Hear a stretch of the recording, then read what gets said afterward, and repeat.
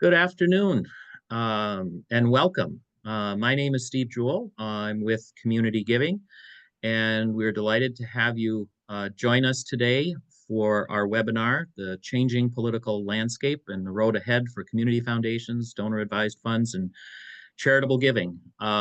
Lots going on in our world today. I want to start by just saying our hearts go out to everyone impacted by the terrible plane crash and helicopter crash in Washington, D.C. One of our partner foundations is the Derby Community Foundation in Derby, Kansas, a suburb of Wichita. And we know many families and others are impacted by this terrible tragedy. And just know that we're all thinking about our friends in Kansas and anybody impacted by that terrible event. We're glad that you could take time out of your day to join us and be with us today for this important webinar. We have some wonderful speakers. I just want to cover a couple quick things here in the beginning. First of all, we want to note that this webinar is being recorded. It has been qualified for continuing legal education credits, and the recording will be available after this. So if for some reason you need to step away, we will have this webinar available and recorded. We would like you to engage and participate in this webinar and use the Q&A tab if you have questions. We're going to have both of our speakers present first, and then we'll have a facilitated conversation following our second speaker. We're delighted at Community Giving to have many community foundation partners, and I'd like to introduce the leader and executive director of the Brainerd Lakes Area Community Foundation, Terry Foster, who will get us started with our first speaker. Terry. Hello and welcome everyone. As Steve mentioned, I am with the Brainerd Lakes Area Community Foundation. We are a proud partner of Community Giving. And I am happy to have the opportunity today to introduce our first speaker. Jeff Hammond is the Vice President and Director of Philanthropy Practice, Van Skewick Associates. Also is a representative for all of our community foundations, including Community Giving Group at the Capitol, and really focusing on some important areas representing us there and making sure that we have a voice in Washington, D.C. Mr. Hammond's background includes serving as the Economic Policy Director. He has also been very, very instrumental in the Hill at the Capitol Hill in developing several economic initiatives, including the HIRE Act, and has also helped with the Economic American Opportunity Tax Credit. And so knows a lot about some of the areas about tax and change that might affect us with donor-advised funds and community foundation initiatives. And so we're very, very happy to have Jeff speak today. And if you do have questions during his presentation, we do ask that you please put those questions in the Q&A area. We do have a person that is monitoring those questions and will help make sure that we try and address those as we move forward throughout the presentation. But welcome, Jeff. Thank you so much for being here.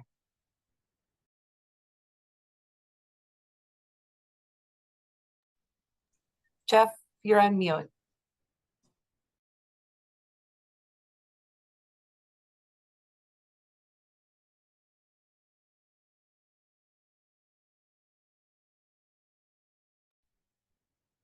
Okay, is that good?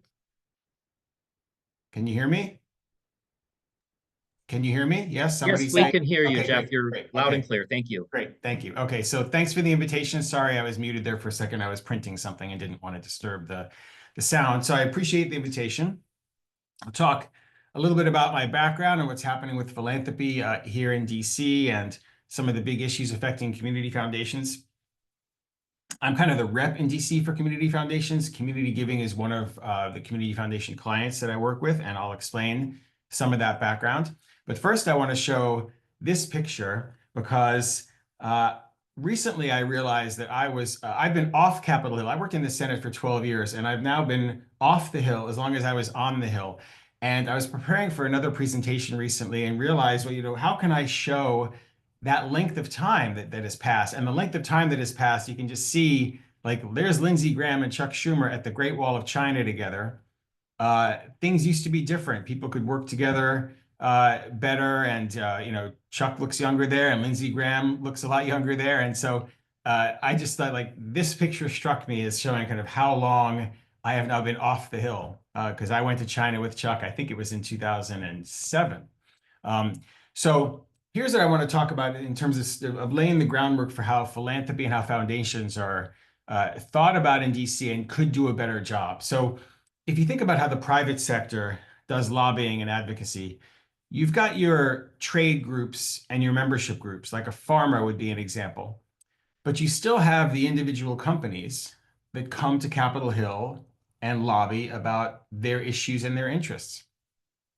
Even in the nonprofit sector, you've got your membership groups like Independent Sector and the National Council of Nonprofits, but you still have lots of charities that come to lobby members of Congress and their staffs. But the foundation sector is different. The Council on Foundations and the Philanthropy Roundtable, United Philanthropy Forum will run foundations on the Hill, but by and large, individual foundations don't really have much of a presence in DC. There are a couple that have a staffer here, but most of them are not here. And so I think that's a weakness for the field of philanthropy. Private foundations have some lobbying restrictions that community foundations, which are public foundations, don't have. But I felt leaving the Hill like there was more foundations could be doing to talk about their work. And so I left to go to Van Scoyoc and start a philanthropy practice. The original idea was to help represent some private foundations in DC. Let me be Kresge's person in DC. Maybe I'll be Hewlett's person in DC. But instead, over time, over the 12 years I've been doing this work, I've become the community foundations person in DC. We represent about 165 community foundations in, I think, 48 states. And folks, at least on the Ways and Means and the finance committees, the tax committees, they know me as kind of the lobbyist for community foundations. We do other things besides lobby, but that's how the staff will know me. And so we started this partnership called the Community Foundation Awareness Initiative in 2012 to provide community foundations with their own voice in Washington. It's not a membership group. It's not designed to be competition for the Council on Foundations or the Roundtable. It's just designed to give community foundations their own voice. We started with 18 foundations. We now partner with over 160. Not just the big foundations. We don't just represent sort of the big foundations in the big blue cities. We thought if we're going to build a voice for community foundations, we really got to be focused on small towns and rural areas and red districts, because the one thing about community foundations that I think is interesting, not the only thing, but one important thing, is that no matter what congressional district you represent, you've got a community foundation there. So we've got leverage to use, right? Community foundations have a great story to tell. They're in every district. They're trusted local institutions. And so when we go to the Hill, sure, I can go see Senator Schumer's folks and bring some foundations from New York, but I can also go see Mike Crapo in Idaho and have Idaho Community Foundation there, or the foundation in Spokane, Washington that serves part of Idaho. Or I can go see somebody who represents a rural part of Texas and have that local community foundation there. So it's not really partisan at all. You're working for a client group that's really present everywhere in red districts and blue districts. And so what it's meant for community foundations is, and 10 years ago, very few Hill staff knew what community foundations were. But now everybody knows what they are, at least on the tax committees. They know us very well. And we regularly will have offices calling us and say, well, what do the community foundations think of this issue? Not even something where we've been lobbying or we've been active. I very often will get emails from staff saying, I was just visited on this topic. What do the community foundations think? And one interesting part of the strategic dynamic is that everybody wants to be where the community foundations are. So the DAF sponsors like Fidelity and Vanguard and Schwab and the Jewish Federations and National and Philanthropic Trust and Donors Trust and the National Christian Foundation, I mean, you name them, they all kind of want to know where the community foundations are because they know that we are the well-liked part of this space. And the donor advised fund critics also want to know where the community foundations are because they recognize nothing's going to happen on reform without us saying it's okay. So we were in a very interesting position. And because we represent community foundations as constituents, where we're using the local relationships and the local accomplishments, we've built up some significant leverage with the Hill. And so we bring CEOs to DC. That's the CEO of Baltimore Community Foundation with Steny Hoyer. That's Roxy Jurdy from Sarasota with Vern Buchanan. So we do both in-person meetings in DC, sometimes with individual CEOs, sometimes with groups of CEOs. And we also do lots of virtual meetings, which helps the smaller and rural community foundations that might not spend a lot of money to travel here. Maybe they don't have that money in their budget, but we can still do meetings with them and get them involved by using Zoom and Teams. So let's talk a little bit about the big picture view of these first 100 days, and even the first 9 days of the first 100 days. I think everybody can see that there's a lot going on and there's quite a bit of unpredictability. A little bit of craziness too. Yesterday with the flurry of court decisions about the spending freeze, like everybody was running around my firm, which does a lot of appropriations work, to see like, what does it all mean? So you've got new announcements every day to kind of flood the zone. And it's, it's a challenging environment because you can't possibly respond to everything that's going on. So there's a lot of unpredictability. All three branches of government, of course, are under Republican control, but there's really only a 1-seat House margin. Once Elise Stefanik gets confirmed, the House margin is going to be 217 to 215 until April, and when they have a couple of special elections. And unlike in the Senate, where tie votes, the vice president goes in, a tie vote loses in the House. So basically, until they fill those couple of missing seats, the Republicans in the House have zero margin for error. And assuming all the Democrats vote together, they can't lose a single Republican vote. So that's going to be an interesting dynamic for the first few months. The hearings for cabinet picks are going to take time and be attention grabbing early on, as we've seen. And on immigration, obviously, Trump has not backed off the promise for mass deportations, which will be complicated and expensive and a lot of legal challenges. You saw the announcement yesterday about Guantanamo Bay. I'm sure there'll be some legal challenges there. So a lot happening in the immigration space. On our issues, the tax issues, the big conversation right now in DC is whether there'll be one reconciliation bill or two. A reconciliation, for those of you on the call who don't know, is a process by which the Senate does not need 60 votes to pass something. They only need 50. And there are certain rules about reconciliation, so you can't just do policy changes in a reconciliation bill. Everything has to affect the budget in some way.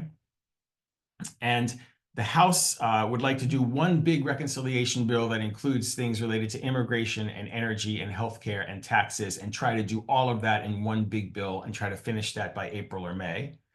And in the Senate, they prefer a two-bill approach. They'd like to do an early reconciliation bill on the energy and healthcare and immigration issues, and then push the tax issues to later in the year. And that is a big conversation happening now between the two houses of Congress. But all the tax promises together exceed $10 trillion over 10 years. That is both extending the Trump tax cuts from 2017, which is much more expensive to do now than it was 8 years ago, but also the additional promises that were made during the campaign related to tips and overtime pay and Social Security. All of those promises together add up to $10 trillion over 10 years. So the Republicans will have some challenges there figuring out which pieces of it they can do, how many offsets they can put together. There are several Republicans in the House that don't want to just do a massive unpaid for tax cut package. They want to offset some of the costs. So we're just going to have to see how this all shakes out in the first 100 days. And so out of this context of knowing there's going to be a tax bill, one of the questions for our field is what's going to happen to charities and donor advised funds. Yeah, all of you on the call know that the DAF growth statistics are undeniable. And from a policymaker's perspective, is there a concern there, and how should Congress respond? As more people use DAFs, maybe that makes it harder for Congress to pass reforms because more taxpayers are affected.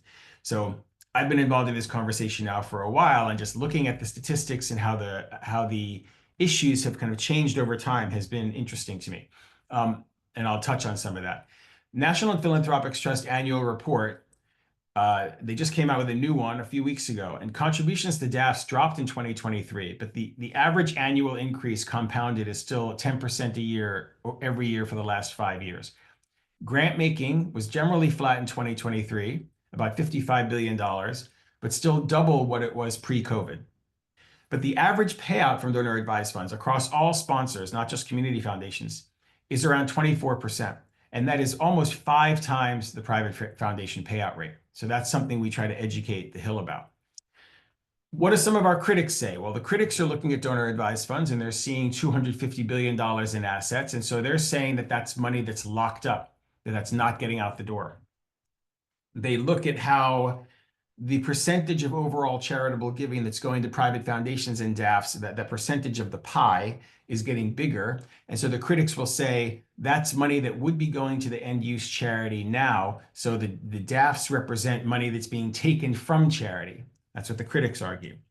The number of accounts, donor advised fund accounts, more than doubled since 2018. The average donor advised fund is not huge, around $140,000, but the average funded community foundations, much bigger, almost 4 times the average. So community foundations have much larger accounts on average than, say, Fidelity, Vanguard, and Schwab do. The critics, when I'll mention a few of the critics later and talk about what they've been seeking, they would like to see a percentage or a timed payout from donor advised funds. Right now, DAFs have no payout rate at all, like private foundations have a payout rate. And the critics would like there to be a percentage or something that says you have a certain number of years to spend the money. But right now, they don't really have a lot of political support. And there are much bigger issues for them to fry right now.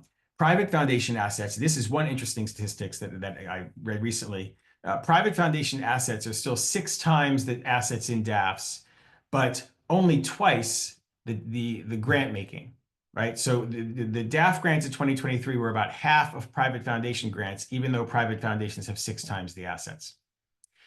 So one of the challenges that we face, though, is even though that we are not the target, people see the rapid growth of Fidelity, Vanguard, and Schwab, and they see how certain high net worth people are using donor advised funds to kind of get around the private foundation rules, arguably. And so it leads to bad headlines: charitable infidelity, a philanthropic loophole. There's one story I don't have here, ran in the Washington Post during COVID, how DAFs were zombie philanthropy. And so we have to deal with this PR problem, but we are not the target of the PR problem. But one of the dynamics in our community foundation space, and I actually do a whole separate presentation on this, is there's a lot of debate in our space about whether community foundations should be separated from other donor advised fund sponsors with some sort of statutory definition. Like private foundations, for example, have a private foundation definition. So there are some CEOs in our space that feel like we should have one. There are others that don't, that feel like everybody should stay together. There are others that support a middle ground and say, well, it shouldn't be just for community foundations. We should separate the charitable sponsors, the real charities, from the big banks. So there's a big difference of opinion on this topic. But the reality of the situation is that a lot of the negative attention is being driven by the growth of the big 3 and what high net worth people are doing.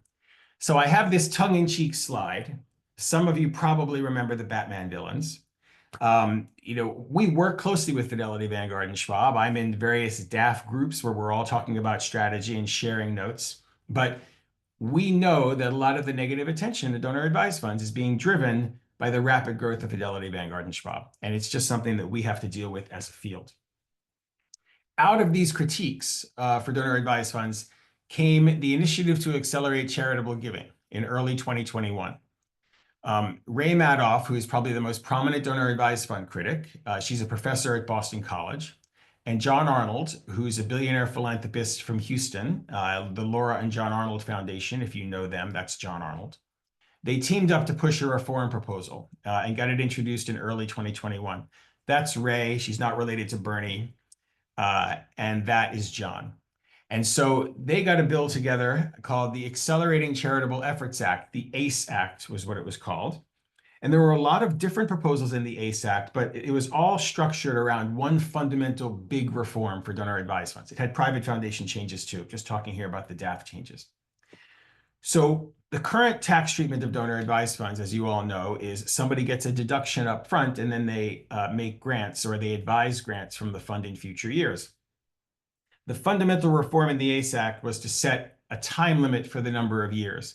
So if a donor wanted an upfront tax deduction for their gift, then they had to agree to spend the donations within 15 years. Not a sunsetting of the account, but the money had to be within 15 years. So DAF sponsors would have to track gifts on a FIFO basis, first in, first out. So a donor gives a grant of $100,000 this year. How old is that money? They'd have to track that.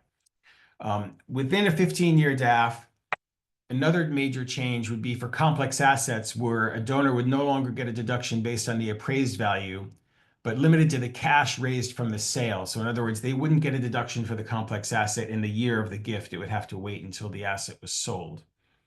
That was the 15-year DAF. And then the other major change was to create this new DAF called an aligned benefit DAF, where the donor would not get a deduction until grants were made from the fund. So you got nothing up front, and then you'd get deductions in the future.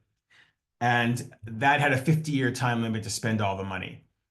So this was one area where we were very active on Capitol Hill, explaining why this would be very, very bad for community foundations. Because imagine a donor who's not a high net worth person who wants to pass on their values to their kids and grandkids and set up a fund for them.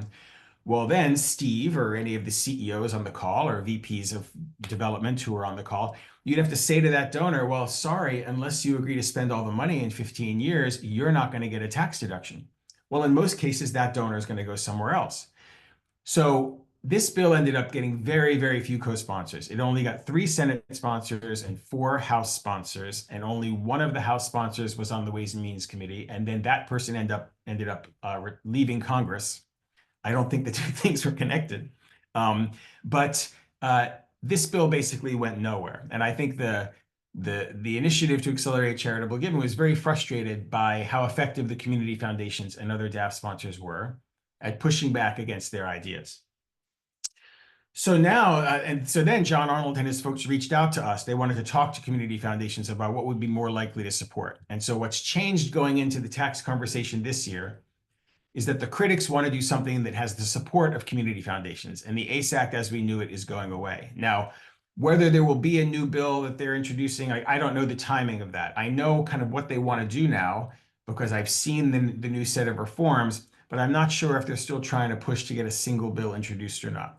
But most of the things in the bill we didn't like are going away. And John Arnold's focus has also shifted. So he's less concerned about the growth of donor advised funds generally, and is more concerned with the high net worth person who arguably uses the DAF to avoid the private foundation rules. For those of you on the call who aren't kind of tax law people, let me just explain this in 20 seconds. So one area of the law where DAFs really do have an advantage over private foundations is if somebody is donating a complex asset, so real estate, closely held business stock, something like that, you get a much better tax deduction giving that gift to a public charity or a DAF at a public charity than you do for a private foundation. So the high net worth people, many of them who have complex assets, many of them are now doing DAFs instead of private foundations. So that's what John Arnold's most concerned about. Other critics, like Ray Madoff, are still more concerned about the rapid growth of all accounts and how much charitable money is going to these intermediaries. And again, they have a new set of proposals. I'm not sure about the timing of that. But we going into this year knowing that there's going to be a tax bill, like unlike most Congresses, we don't know that this year because the Trump tax cuts from 2017 expire at the end of this year. We know with almost 100% certainty there's going to be a major tax bill this year. So in addition to wanting to play defense against bad things, we also want to try to get a few things fixed. I'm working with a lot of our community foundations right now. There's been a policy survey that's gone around that gets into some subtleties on issues because I want to make sure that we are well positioned to champion certain issues. But here are some of the things community foundations are interested in. The number one issue that almost every community foundation has as their top priority is to fix the IRA charitable rollover or the qualified charitable distribution to allow people to do gifts to DAFs, which you currently can't do. That's a huge priority for us. And folks on the Hill think of this as the community foundation's fix. So we're going to be really pushing to try to get that done this year. We want to ensure no major changes to DAF policy in terms of payouts, especially fund by fund. Most of the community foundations we work with think that an entity payout on DAFs is basically okay. So at the 990 level, you basically treat the whole community foundation as one entity, and it would have a 5% payout, including administrative fees like private foundations have. So it wouldn't be fund by fund, but it would be by entity. Most of the folks we work with are okay with that idea. There's some interest in fixing problems from the November 2023 draft regulations, which I'll talk a little bit more about in a minute, or making the notice go away entirely. So investment advisors is one issue that we've been following. The nonprofit sector, including community foundations, is interested in a broader charitable giving incentive. Right now, only about 10% of people itemize their deductions. So that group of people at the top income level are the only folks getting a deduction for their charitable giving. It used to be about a third of taxpayers itemized. So you have 20 to 22% of the public that used to take a charitable deduction on Schedule A that no longer gets that. And that's been a concern to the nonprofit sector. There's interest in our space to address the bifurcation rule. I don't know how many of you on the call are interested in this, but to explain this one simply, right now, Treasury issued guidance in 2017 that said a donor cannot use their DAF to pay for the otherwise charitable portion of an event, say. So let's say somebody's buying a table for $10,000 and ordinarily 9,000 of the 10 would be deductible if you used your own cash for it. You're not allowed to use the DAF for it. And so we have community foundations around the country that run a lot of events. And so they're interested in trying to fix that. And a new issue I just learned about a few months ago, there's some interest in clarifying that charitable recipients of beneficiary IRAs do not have to open accounts to receive the funds. One thing that I've heard is happening quite a bit around the country is when a charity, including a community foundation, is named as the beneficiary of an IRA after somebody dies, the IRA administrator will often require the charity to open an account at the IRA administrator in order to receive the funds. And that delays things and has privacy issues because an employee generally has to fill it out. So there's interest in trying to fix that. So we might get involved in that issue. On the regulations, in November 2023, Treasury came out with some draft regs. They have not taken effect. They don't have force right now, but it caught the sector off guard, and it was kind of a hair on fire moment for many community foundations. The first issue was personal investment advisors, basically not allowing a donor anymore to recommend their own personal investment advisor for the money that's in the DAF. Second issue was changing some DAF definitions in a way that field of interest funds or fiscal sponsorships or some other collaborative funds might become DAFs, even though they weren't intended to be that. And that would change how community foundations operate in a significant way, because we're the DAF sponsor that does those other types of funds. Fidelity generally doesn't do that. And then the effective date would have been retroactive. So that's something we expect Treasury will fix. But a lot has happened since these regs came out. So we brought a lot of CEOs to DC. There are a few of the folks who came. And we worked to get 33 Ways and Means members to sign a letter to Treasury expressing concerns with the regs. We had 21 Republicans and 12 Democrats sign the letter. Probably could have gotten close to 40 if we had another week, but we had some timing issues and had to get that letter out. Many of those offices were signing because the community foundations asked them. They weren't signing because Wren asked them or Fidelity asked them or National Philanthropic Trust asked them. They were signing because their local community foundation asked them. Last May, there was a Treasury hearing on the regs, followed by 2 days of Senate meetings and a private meeting at Treasury, 42 witnesses. It was the largest Treasury hearing ever. 17 witnesses were community foundation CEOs. Sorry, I say including Roxy here because I used this slide for a Florida presentation, so I'll delete that. But we had 17 community foundation CEOs testify, and no one testified in favor of the regs. The election results make the outlook uncertain, though, and it probably delays the regs significantly and possibly even kills them entirely. And I should know more about that in maybe a month or two. I want to briefly touch, I'm coming up on, I think, 24 minutes or so. So I want to briefly touch on a couple of other nonprofit issues, and then we'll turn to Wade and then take some questions. So there's been interest in the Fearless Fund case. This was an affirmative action case used as grounds for a lawsuit in the 11th Circuit against a venture fund in Atlanta that helped minority entrepreneurs. A court ruled for the plaintiffs, and the parties then settled the case. So the case did not go to the Supreme Court and doesn't really have any national binding force, but it's still having a national impact as nonprofits are reassessing the various kinds of grant programs that they might run to benefit certain minority populations. The court decision only centers on racial discrimination. So it doesn't preclude other routes for advancing certain equity goals that a nonprofit might have.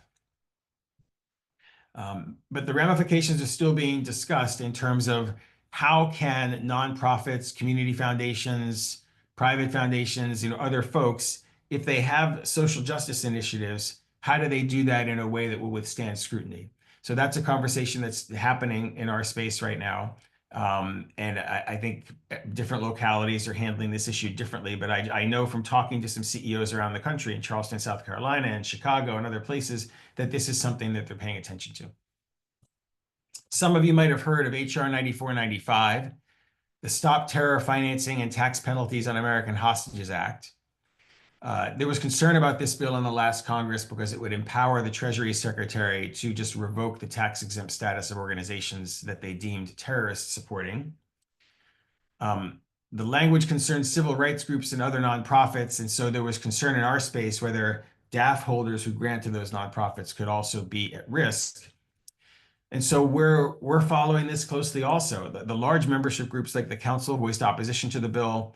Our group of community foundations, we didn't have universal agreement on what to do, so we facilitated some congressional outreach for community foundations that asked. So sometimes we'll do that in our partnership. We'll do things for all the community foundations, but sometimes we'll also do things for individual folks who want to be weighing in and want some help to do that. And the bill could come back. We expect it will. We're watching it closely. But I think if it does come back, it would require 60 votes because this would be one of those things that is a policy change, but not a revenue issue. And so I don't know that this would stand scrutiny to be in a reconciliation bill in the Senate. So it would have to probably be in a separate bill. It would require 60 votes. Last issue that I'll mention, and this is something of concern with lots of foundations and grant makers, is the chatter about how the Republicans might try to go after endowments or progressive foundations. I mean, there's already a tax on certain university endowments, and they're looking to go further than that. J.D. Vance has said that big foundations like Ford and Gates are fundamentally cancers on American society that pretend to be charities. This is a direct quote, right? So a lot of folks are concerned about this, but it's pretty hard to go after, from a tax perspective, different organizations just based on their ideology or the groups they support.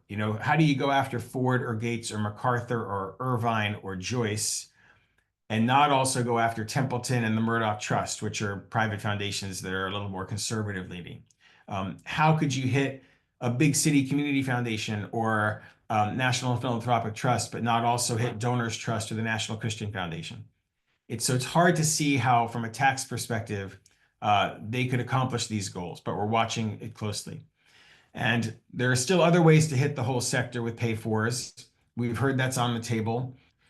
There's interest in, say, higher tax rates on the capital gains in endowments. We've heard there's interest in taxing certain types of business entities that operate inside nonprofits, but that the Republicans think are not really nonprofits, finding ways to get revenue from there. So 2 examples I've heard about are nonprofit hospitals is one we hear about all the time. And then big university bookstores is another one we hear about. So these are things that we know the Republicans are paying attention to. The revenue they could get from the nonprofit sector is nowhere near enough to pay for the big tax cuts that they want to do, but it's still something that we have to watch closely, and we'll work with other folks in our sector on pushing back against at the right time. So with that, I am done, and I will stop sharing my screen, and we can go to the person who's going to introduce Wade. Yes. Thank you so much, Jeff. That's a lot of information, a lot to digest. So a reminder for everyone that if you have questions or something Jeff said piqued your interest, you can drop it into the Q&A, and we'll use that later for our question session. I'm Meredith St. Pierre. I serve as the Executive Director of the Greater White Bear Lake Community Foundation, and I have the honor of introducing Wade Hauser today. Wade is a partner at Lathrop GPM. He works exclusively with nonprofit organizations, helping them to navigate legal complexity and achieve success. Before his legal career began, Ward worked in the nonprofit sector and brings knowledge and passion for mission to his work. In his role with Lathrop, he works with a variety of nonprofits and causes. Wade, thank you for joining us today and helping us understand the puzzle that is politics and how it affects fundraising with a focus on Minnesota. Great. Well, thank you. Thank you so much. Really happy to be here. As mentioned, Wade Hauser, I'm a lawyer in Minneapolis, work with nonprofits on a whole range of issues, governance issues, transactions, tax exemption, compliance, negotiating, complicated or restricted gifts with donors, or managing disputes with donors when they come up, or trying to modify restrictions when needed. And I'm not a lobbyist, so I don't have my finger on the pulse quite as much as Jeff, but certainly try to keep up to date on what's going on, and fielding a lot of questions lately and at other times as well about what's coming next and how various proposals might affect a particular client or the nonprofit sector in general. So happy to dive into it. I'm mostly going to focus on Minnesota issues, but I did want to, and Jeff did a great job really covering the federal issues well, but I did want to at least mention a couple of them because there's a lot going on the federal level. Jeff mentioned one of the recent executive orders issued in the past couple days, directs federal agencies to kind of roll back efforts at diversity, equity, and inclusion. And there are a couple aspects of that order that are particularly relevant to the nonprofit sector. One element is that it encourages federal agencies to identify organizations to be audited for kind of compliance inquiries.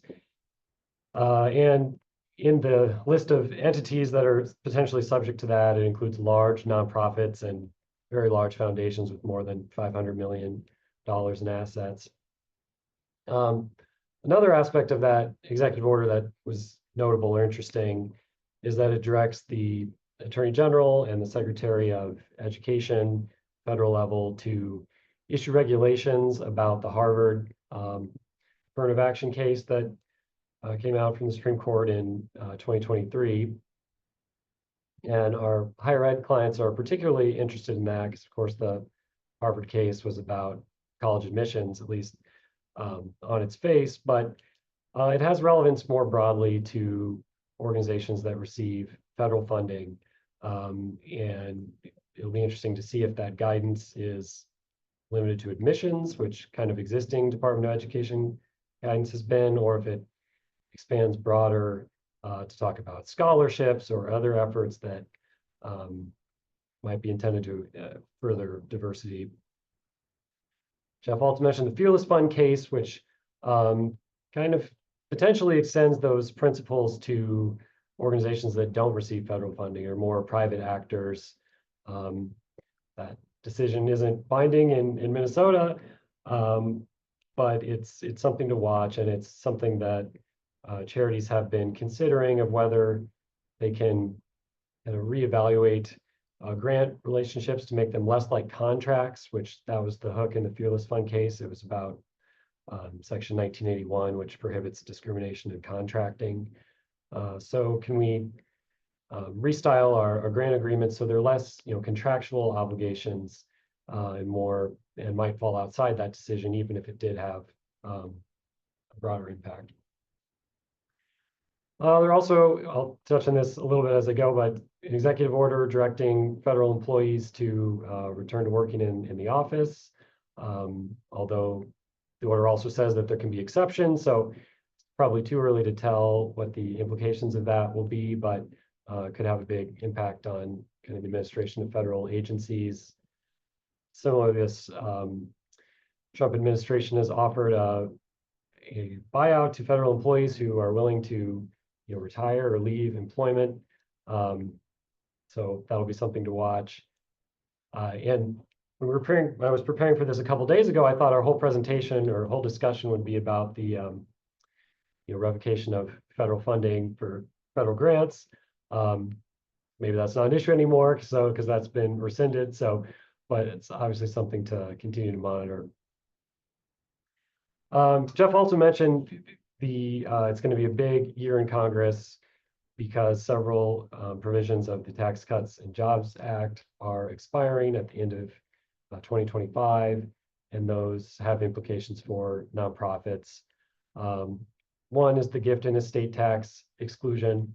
Not an estate planning attorney, so I might bungle this a little bit, but in essence, the Tax Cuts and Jobs Act, which was the 2017 legislation, really increased the exclusion amounts for estate tax, which, now for a married couple, up to $28 million falls, is not subject to estate tax.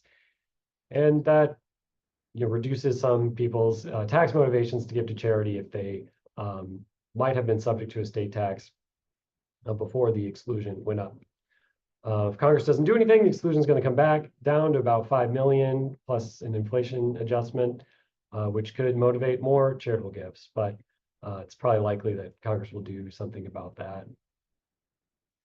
Another change under the Tax Cuts and Jobs Act that expires is that it really increased the standard deduction, almost doubled it. So fewer individuals itemize their deductions, and so they can't benefit from the federal charitable contribution deduction. And that reduces the tax incentive to give to charity. And there have been some studies that suggest that it really did reduce the charitable giving significantly. There are other studies that question that. But as I'm sure many people on the call know, it actually might motivate gifts to donor advised funds to some degree, because that's a way to make a large gift in 1 year that kind of gets over that standard deduction amount. So you can benefit from the charitable contribution deduction, and then give out gifts to charities, other charities, over several years. State and local income tax, is the SALT deduction change, is a similar issue, in that due to a cap on state and local income tax deduction, fewer people itemize their deduction and can't benefit from the charitable deduction. Another really in the weeds issue is that prior legislation paused a phase out on itemized deductions, and that could come back unless Congress takes action, and that's just another mechanism that reduces the benefit of the charitable contribution deduction. Jeff mentioned this too, of that there are various proposals to kind of look to nonprofits as a source of revenue to help offset some of the tax cuts. That was certainly the case in the 2017 legislation, and these revenue raising reforms don't expire at this year, but it's possible that they could be altered or expanded. So that's something to keep an eye on. The tax on university endowments is one that I've also heard is potential to be expanded to a broader swath of universities, maybe other nonprofits as well.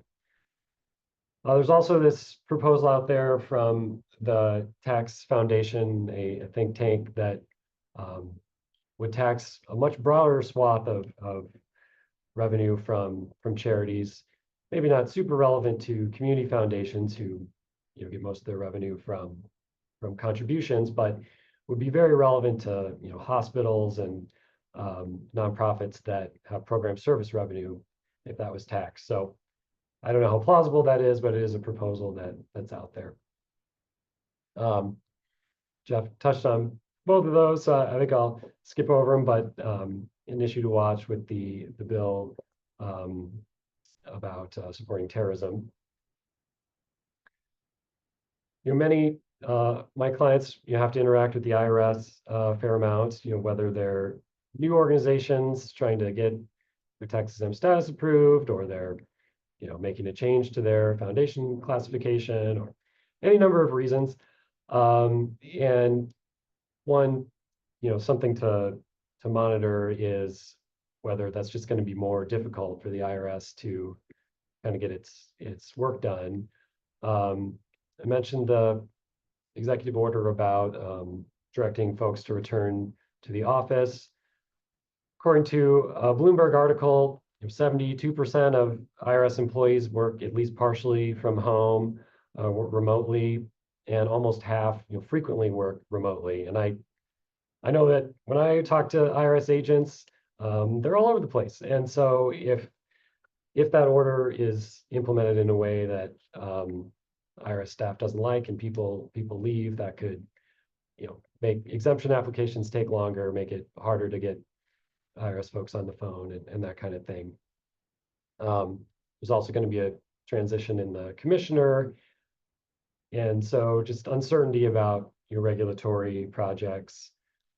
Jeff mentioned the DAF regulations, that it is on the IRS priority plan to finalize those. There are some items that have been on that list of priorities for decades. So that doesn't necessarily mean it would happen soon in any case, but I think there's an added layer of uncertainty now that at least I certainly don't know if or when those regulations will be finalized. We've been fielding a lot of questions from organizations that are hearing about some of these changes and wondering, are there going to be increased audits or government investigations and things like that? And I don't know, to be honest, but I think it's always a good time to make sure that kind of some housekeeping things are in good order and think about how to be best prepared for an audit or an investigation. Of course, nonprofits want to make sure that their federal tax returns are accurate and filed on time. Just going back to the IRS issues, if you lose your tax exempt status and need to get it reinstated, that's doable, but it's going to take a long time and be maybe more challenging if the IRS is kind of constrained.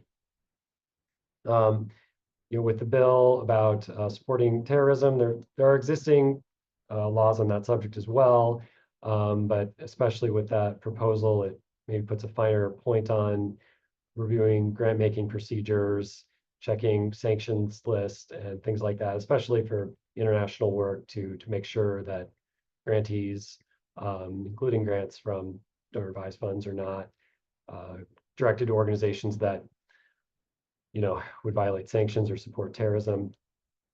A lot of our clients have kind of complex legal structures where maybe there's a 501c3 organization and a C4 in the family or a taxable entity, and that's a potential area of IRS interest.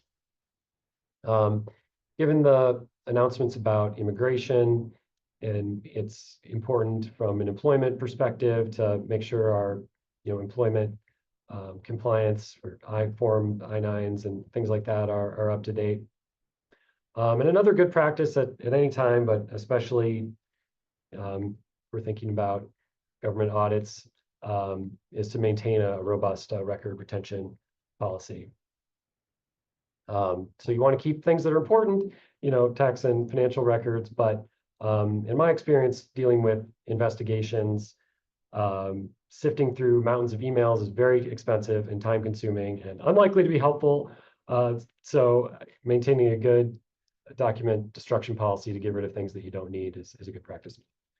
And now turning to Minnesota, I have a question mark behind developments because kind of off to a slow start in Minnesota legislature thus far.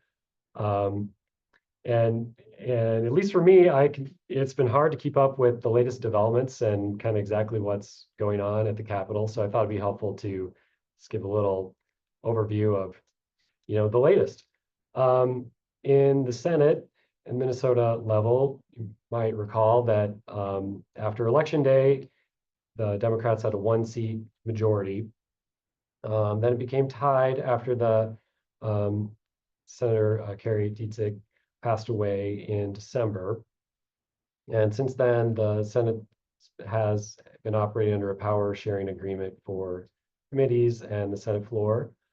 But just 2 days ago, there was a special election in the Edina area to fill Carrie Dietzig's seat. It was won by the Democrats. So Democrats will again next week have a 1-seat majority, but margins are still incredibly slim.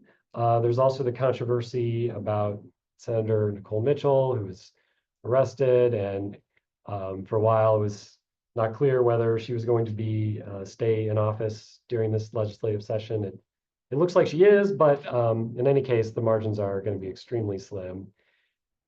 And that's where things were easy in the Senate. And the House has been even more chaotic. It was tied after Election Day, but then now there are 67 Republicans and 66 Democrats after a representative-elect was found ineligible because he didn't live in the district. Initially, there was going to be a special election in that seat too on Tuesday, but the Supreme Court ruled that Governor Walz acted too early in setting that special election date for the House seat. So that seat is remaining open, at least for now. And as far as I know, a new special election date hasn't been proposed yet, but will probably be in a couple months. And so until then, it's pretty unclear what's going to happen. And I've been updating my browser because this could change at any point. It may have changed in the last half an hour. But so far, the DFL has been boycotting the House to prevent quorum. And the Minnesota Supreme Court ruled that it does take 68 votes for the House to do anything. So until the two parties can agree on sharing power or how to proceed with that one vacant seat, nothing's really going on in the House so far. Given all that, I think it's reasonable to assume that it's not going to be a banner legislative session like the past few years with a lot of changes, but there is discussion of some things that might still move. It's a budget year, which comes every 2 years, and this is one of them. So that's an important thing to keep an eye on. The most recent financial projections from the Minnesota Management Office are less rosy than they had been. There is a lower projected revenue and increased costs. So Governor Walz's budget proposal is a little smaller than it has been. He's also proposed some sales tax changes, which would slightly decrease the sales tax, or would expand it to certain services, including legal services. So if you thought your legal bills were high before, they might get a little bit higher. And I've noticed that there are a few specific appropriations that are in Senate bills for specific nonprofits, but it's kind of too early to see exactly how that is going to shake out. There's also, it's been several years since there's been a bonding bill for infrastructure projects. Governor Walz proposed one of those as well. Several categories of funding that are relevant to nonprofits and their communities. One big thing that I know the nonprofit community has been watching closely is kind of proposals to rein in fraud and to misuse of government assets.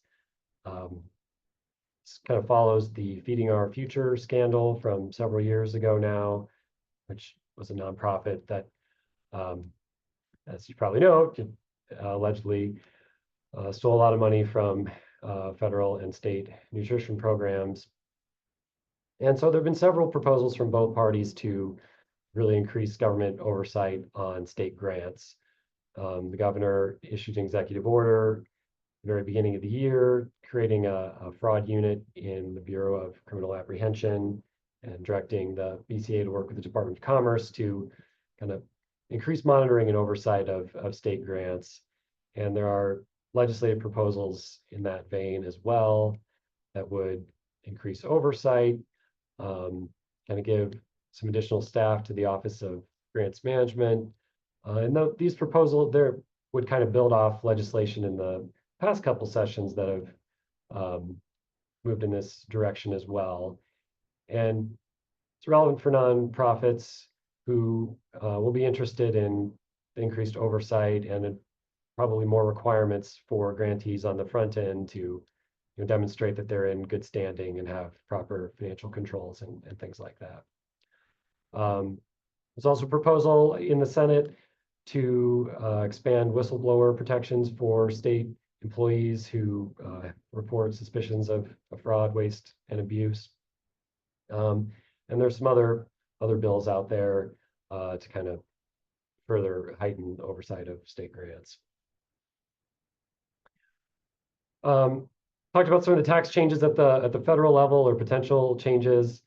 There's kind of a similar push in Minnesota. Minnesota is one of the few states that has a deduction, or it's called a subtraction under Minnesota law, for folks who don't itemize their deductions. They can still get a deduction from their state income tax in certain circumstances. But it's pretty limited right now. It only applies if charitable contributions are over $500, then it's 50% of the contributions over that amount. So there's a push from the nonprofit community to try to expand that. And that's especially important, as I was mentioning, given the increase in the standard deduction at the federal level, since fewer people itemize, that non-itemizer deduction, which used to be kind of a small issue, is now taken on more importance. Several years ago, Minnesota also enacted a phase out on itemized deductions for higher income taxpayers. So for folks who have married filing jointly income more than $232,000, itemized deductions start to be phased out, which makes the tax benefit of giving to charity reduce. And so that's of interest to nonprofits potentially to push back on that, or at least be aware of it. Another potential development that we were watching closely last year, and now it's maybe somewhat more uncertain, but the Minnesota Attorney General proposed, or at least mentioned at a conference I was at last year, and probably in other places as well, that they were considering legislation to modify the Minnesota Nonprofit Corporation Act to provide a little bit more detail and more requirements relating to managing conflicts of interest transactions. The AG's Charities Division has definitely taken an active interest in transactions between nonprofits and board members and officers and their families and related businesses and things like that. The AG's sent letters and done investigations, at least looking at those transactions, with the idea being that they want to ensure that their fair market value and that the charity isn't providing impermissible benefits to these insiders. And given that, the AG has proposed to modify the Nonprofit Corporation Act to require more things. Right now, under the Nonprofit Corporation Act, it has procedures that contemplate that people on the board who are interested will disclose the conflict and recuse themselves, but those procedures aren't mandatory. It's also permissible if the transaction is fair and reasonable to the nonprofit, even if we don't follow those procedures. So at least in discussions I was aware of last year, the AG was proposing to modify that. I haven't actually seen any legislation introduced this session about that, however, even though we were expecting it. There have been conversations for many years about whether to modify the threshold under Minnesota law that of when a charity needs to have audited financial statements. Right now it's at $750,000. Some states have much higher, and for a while it seemed like there was some momentum at the legislature to increase that. But given the Feeding Our Future things I was talking about, I'm not sure that is going to go anywhere, or it might go down. So that's something that we're looking at. And the AG is continuing to be really active in looking for fraud and related issues at nonprofits. There's just an announcement from their office today about a food bank in Brooklyn Center that an executive was using assets for his own personal benefit. And so, especially following the Feeding Our Future situation, the AG is really monitoring that closely. Final potential development, that might be relevant to this group are changes to Minnesota's lobbying laws, the laws about registering and reporting as a lobbyist, which charities can absolutely do. And if you're hear this presentation and want to run down to the Capitol and get the ear of a legislator, things to keep in mind. There were several changes to these laws in the last couple of years. One significant one is that folks who were engaged in grassroots lobbying in the past, so maybe just sending out communications to mailing list or social media, telling folks to contact their representatives in St. Paul, that could trigger lobbyist registration and reporting under prior law. But that changed in the last session, where if you're just doing grassroots lobbying, you don't have to register. But with that, there was some expanded reporting for the organizations that hire lobbyists or that employ staff that's doing that work. So if your organization is making communications about a legislative proposal and in paid advertisements, it's important to have careful records and know that you're going to have to report on that next March. Another change that has been interesting is that historically, efforts to lobby local governments outside of the metro area were not subject to these registration and reporting laws at the Minnesota level.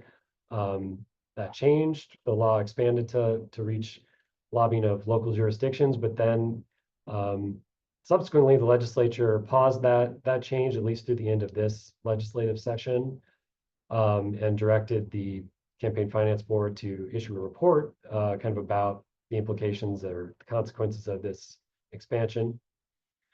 And so it'll be interesting to see this session if the legislature lets the pause expire so that lobbying rules will apply to efforts to influence local governments outside of the metro, or if they kind of walk back that change and keep it in to the metro area, the legislature, or executive agencies, certain circumstances. Electioneering communication rules are pretty in the weeds and probably not a concern this year, but there was an expansion of reporting and disclosure requirements for communications that specifically mention state candidates and are issued shortly before an election. Really, the idea here is to regulate communications that are intended to influence elections, but they could sweep in some communications that are about lobbying or that are issue advocacy efforts if they're within 30 days of a primary or 30 days of a convention. Probably not an issue for this year, but the next year, something to keep in mind if your organization makes communications about legislative developments that name office holders who might be candidates. Final caveat is none of what I just said really speaks to the lobbying limits for 501c3 organizations, which of course remain in place. Public charities, there's not a prohibition, but there are limits, which is always important to be mindful of. And that's what I have. Thank you so much, Wade. We appreciate both you and Jeff. And I want to remind everyone that if you have a question, Wade and Jeff are both available for Q&A time. So please drop that into the chat feature. I'm Sarah Carlson. I'm the Executive Director of the Willmar Area Community Foundation, and I'll help moderate this part of the conversation today. So I think this first question should maybe go to Wade, and if Jeff has something to contribute, we'll make time for both of you to sound in. So the question is, DAFs seem to grow during the 2017 tax bill, changing how itemized deductions were calculated. Do you think the representatives with states with state income tax, will they have leverage to revert itemized deductions to the pre-2017 method? Well, I'll turn it over to Jeff, who might have more insight about that. It's a good question, whether the standard deduction will stay high or whether it will come down. My guess is it'll stay high, but I'm really interested in Jeff's thoughts. I don't think the standard deduction is going to come down, but I think the questioner, I think there are two different issues in the question. So one of the things in the itemized deduction schedule that I think will change is the state and local taxes, where the limitation for $10,000 upset a lot of people, including in some blue states where there are Republicans that represent some districts that care about that. I would expect that there'll be some compromise there, maybe to take the marriage penalty out of it and give a single person 10 and a married couple 20. I think there's going to be some movement on that issue. But I don't think that the standard deduction will come down as a way to get more people to take a charitable deduction. I just think that that's going to be something, because the Republicans passed it in their own bill. If they backtrack, that's going to be something that makes them look bad. I don't think, and it will raise taxes on a lot of people. So I don't think that will happen. Yeah. But if the limit on the state and local deduction goes up, more people itemized, they could benefit from taking a charitable contribution deduction. Right. And I always think it's worth mentioning, like, I'm sure this matters to some people. I know there are a lot of people who are very philanthropically inclined that aren't necessarily tracking the standard deduction and whether they can get a deduction, but you know, it could be significant. Thank you both. The second question, we'll start with Jeff, and if Wade has anything to contribute, we'll make time. So I believe the Trump's first term, there was an attempt to eliminate the Johnson Amendment related to faith-based organizations being prohibited from backing specific political candidates and items that are similar. Are you hearing anything, Jeff, about that being attempted again? Not hearing anything about it yet. I think it's very early and they haven't gotten into the details yet of what they want to put in their tax packages, but that would be something like HR 9495 that I suspect would not be allowed to be in a reconciliation bill. They do this process in the Senate named after Senator Robert Byrd of West Virginia, where when a reconciliation bill is being considered, they go through and they do what's called the Byrd bath in the Senate, and they strike all the things that are not appropriate for a reconciliation bill. And that would probably be one that would not make it, I would think. Doesn't mean it's not going to happen, but I just don't see it happening in the big tax cut legislation that's going to be forthcoming. Yeah, I don't have much to add. I haven't seen any proposal on it. I know that there are many nonprofit organizations that have been advocating to keep it, thinking that even though it's a restriction on what they can do, but it kind of helps stay nonpartisan and maybe not weigh into things they don't want to. Thank you. So a follow-up question that was chatted directly to me is relative to the horizon, the timeline horizon on when we think Congress will start taking up the extension of tax law, and particularly extending the 2017 existing tax package. There's a flurry of activity and no one's really certain about timing on anything right now. But Jeff, do you have any insights on the timing of when Congress might take this? They want to do a budget. They want to do a budget reconciliation bill fairly. Sorry, they want to do a budget resolution soon, late February, early March, and that would set the timetable for the reconciliation process. And again, as I mentioned, the House people want to try to do the tax bill in the first 100 days. I don't think that will happen. The last time they extended the tax cuts, it took till December. Maybe it won't take that long, but if I had to guess, it would be something that happened in the late summer, early fall. I don't think it's going to be something they can get done in the first 100 days, because there are too many prominent, and I will say this, like, this will sound like I don't mean this to sound like a political.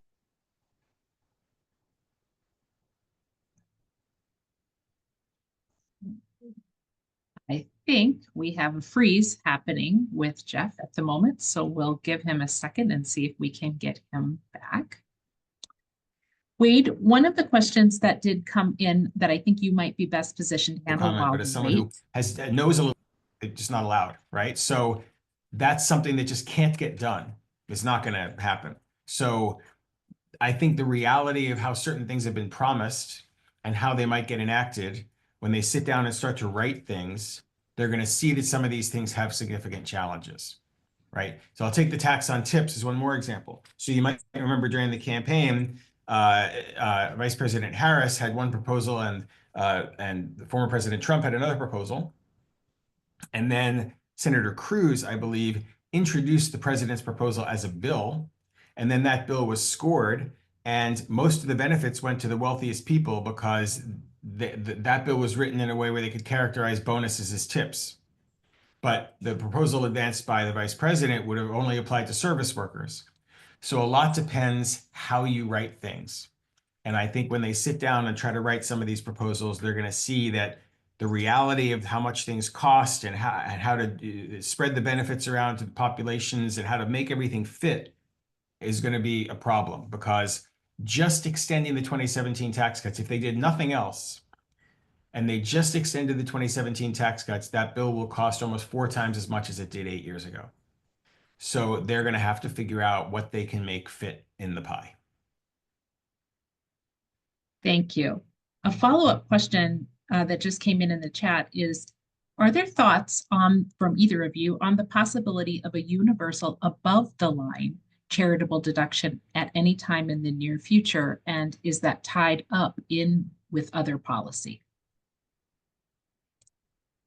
You want me to go first, Wade? Yeah. So a non-itemizer deduction has been the #1 ask of the nonprofit sector for the past several years. All of the charities have been pushing a bill called the Charitable Act that would provide a non-itemizer deduction for people.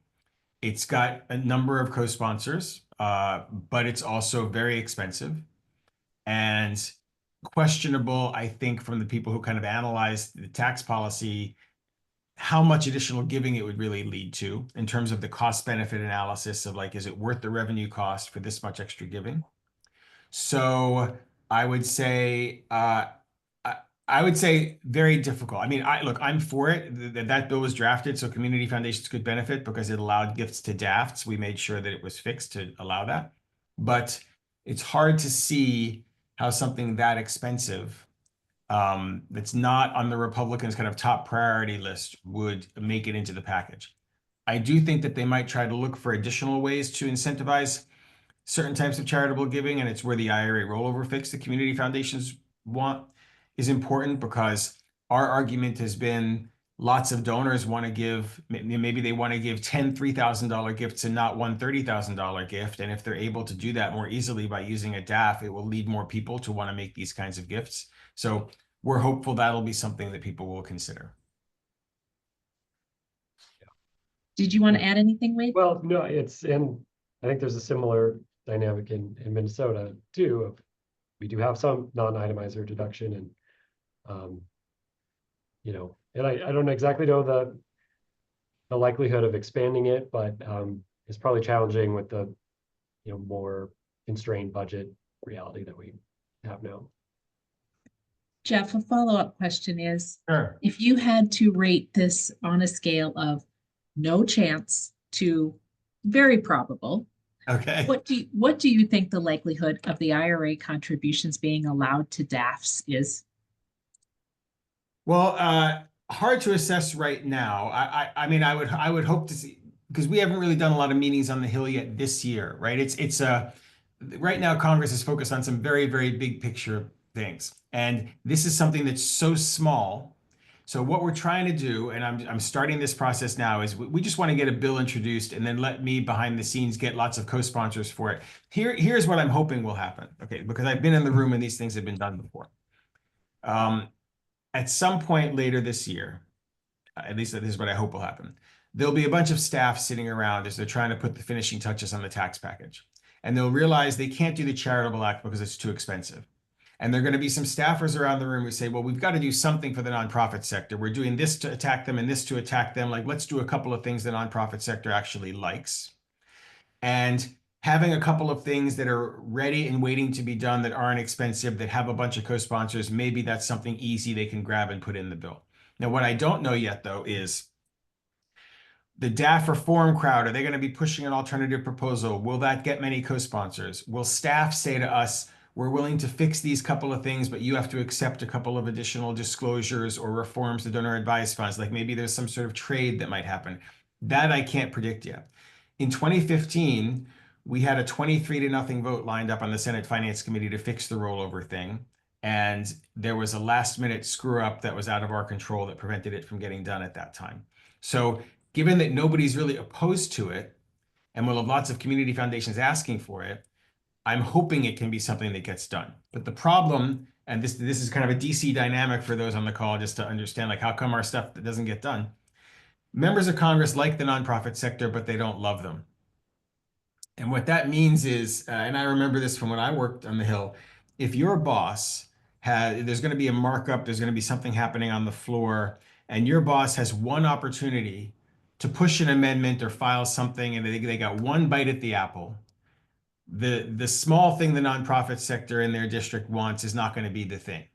So in order to get the smaller, innocuous things done, you kind of just need to have broad bases of support. So it just becomes something where everybody says, okay, yeah, let's just do it, right? Because the likelihood of Senator Todd Young, who has the most community foundations of any state, the likelihood of this being something he pushes, maybe, but less likely. So we're going to be focused on building a broad base of support so that it can hopefully get fixed. Thank you. So this week, there was a lot of activity about a potential funding freeze that was communicated. And a lot of our donors are very concerned about the nonprofit organizations that are dear to them and that they support both personally and using their donor advised funds. We know things are very fluid, state and national. And with the memo being rescinded, we are still hearing some reports that funding is in actuality being frozen. So do you have any clarity or advice that you can offer to donors who are listening and fund holders who are listening about what's happening and what you think might be on the horizon relative to that situation? I don't think I can offer any clarity, unfortunately. I've heard that too, that there are still issues, and I'm not sure the issue has gone away, but I think it, turn things back to Jeff, I think it really illustrates the importance of, good connections on the Hill, and because I think part of the reason it was rescinded is because there was a big outcry, so. The situation is as clear as mud. I will say, I think there's a lot of uncertainty. I think there's a lot of, I think we're going to see a lot in the next 4 years where judges say something and the court say something and the executive branch says, I don't care, we're going to do it anyway. And they're going to push the envelope as far as they can, as long as they can, until the Supreme Court or somebody just says no. I just think there's going to be a lot of that dynamic going on. Yesterday, the memo was rescinded. We do a lot of grants and appropriations at our firm. It's not my area of expertise, but we've got people working on this, and we did a memo that we shared with our community foundations. The memo was rescinded, but the intent of the memo wasn't. And the whole situation raises a lot of legal and constitutional questions that go back to the Federal Empowerment Act of '74 and all other legislation. And so we've had some clients at our firm with firsthand accounts of not being able to access funds today when they've tried. Like, there's just a lot of uncertainty. The second judge has not issued his injunction yet. There was a first judge, of course, that issued the injunction. Then they pulled the memo back. But then the press secretary went on Twitter and said, well, the memo is still in effect, even though there's just so much confusion. And then the second judge actually said in his order, he referenced the press secretary's Twitter post. So there's just a lot of uncertainty. And I think for the time being, we have to assume that that's going to continue for a little while for the NGO community, unfortunately. I don't have a great answer on that. I'll just add that with all the uncertainty, another thing that I kind of mentioned on the other executive orders as well, even like the return to office one, like sentence 1 is everyone needs to return to the office. And then the second sentence is like, but you can make exceptions as appropriate. So I think it's just kind of too early to see, like, well, does that mean anything? Is it really going to mean everyone's going to have to return to the office, or like, and I just don't know yet. So. Right. And I think there's a certain amount also of, there's a certain element of kind of like shock and awe to it, as opposed to just kind of like policy making, that, to make things as difficult as possible, whether it's for the federal workers, whether it's for immigrants that are being to make things hard. Here's an illustration of just what I was talking to a friend about this morning. I think it's perfectly reasonable if the executive branch wants to come forward and say, we want people to work in the office again, 4 days a week, 5 days a week. But they're intentionally like doing it now, right? Like people have planned their lives. They have daycare issues. They got parents they care for. Like we have an elderly parent in the basement, right? Until recently. So you could have said, for example, the administration could have come out and said, by the beginning of the next school year, or by the beginning of the next fiscal year, or by June or something, you know, but by making it take effect like right now in the middle of the school year, I think it's intentionally making it hard for people. And I think we're going to see a lot of those types of things over the next several months. So I don't know how the workforce thing is going to resolve itself either, but I'm just, you know, I'm concerned about that kind of aspect of just like making stuff hard on purpose, as opposed to the way, I mean, I've been in DC for 31 years, you know, you make policy and then you implement something and it takes a little time to take effect, and nobody begrudges a Democratic administration or a Republican administration. They come in and they have different policies they want to pursue. But so much is being done so quickly with kind of questionable legal basis. Like the president, from what I understand, doesn't have the authority to let people quit their jobs and still pay them for the next 8 months. Right. So he's offering these buyouts, but that's not something that most people think he has the authority to legally do. So there's just a lot of uncertainty that everybody in DC is kind of dealing with at the time, or the time being. Thank you both for that. Wade, the question that I was queuing up a few minutes ago is really relative to Minnesota.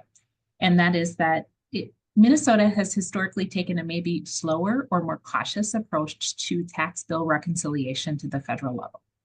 And it took a long time to get the last one done. And if we anticipate changes in federal tax law this year, are you hearing anything in Minnesota at the legislative level that would give us any indication about their willingness to again do conformity or reconciliation?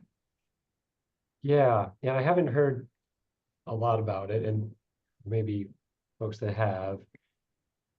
I totally agree with the question that it does often take several years, and that sometimes there isn't, you know, complete alignment or conformity.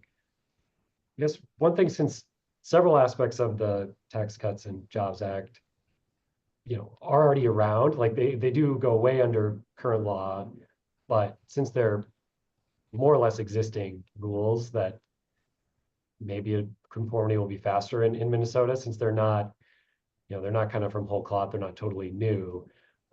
So it's one thought. Thank you. I think this will be our final question, and I'm going to ask both of you to consider answering this question. There's a lot that we've covered today: bifurcation, the Stop Terror Finance, the DAF changes, IRA rollovers. What would be your thoughts about any personal advocacy that individual donors and fund holders should consider, both at the state and the federal level, to make their voices heard, in addition to the Community Foundation Awareness Initiative trying to advance general community foundation policy? Yeah, well, so two things about that are interesting. One is to answer the question directly.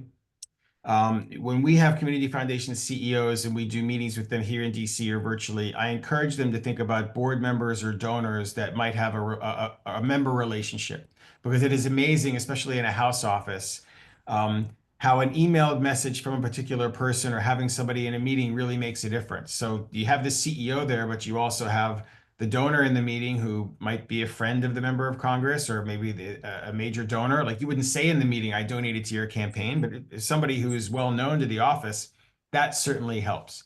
So if there are folks on the call, you know, or CEOs on the call, or development people on the call, if you think about folks like, for example, and I hope I'm getting this right, so Michelle Fischbach, she's on Ways and Means now, right? So there are probably folks on this call who are in that district.